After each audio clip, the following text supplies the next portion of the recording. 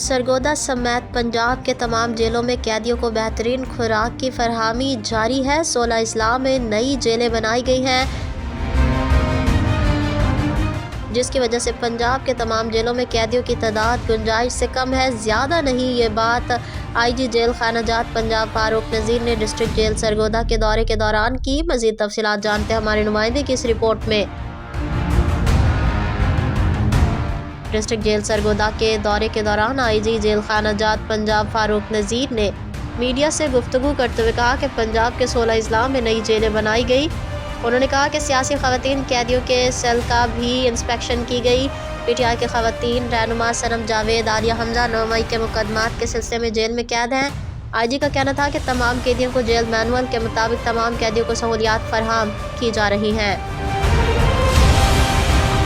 जेलों में कैदियों को बेहतरीन खुराक फराहम की जा रही है। उन्होंने कहा कि महकमा जेल खानाजात गंदम की खरीदारी के बजाय अपनी गंदम की पैदावार हासिल करेंगे। जेल में आटा चक्कियाँ लगाकर अपनी गंदम की पिसाई करेंगे। उन्होंने कहा कि कैदियों के लिए कंप्यूटर लैब्स बनाई जा रही हैं।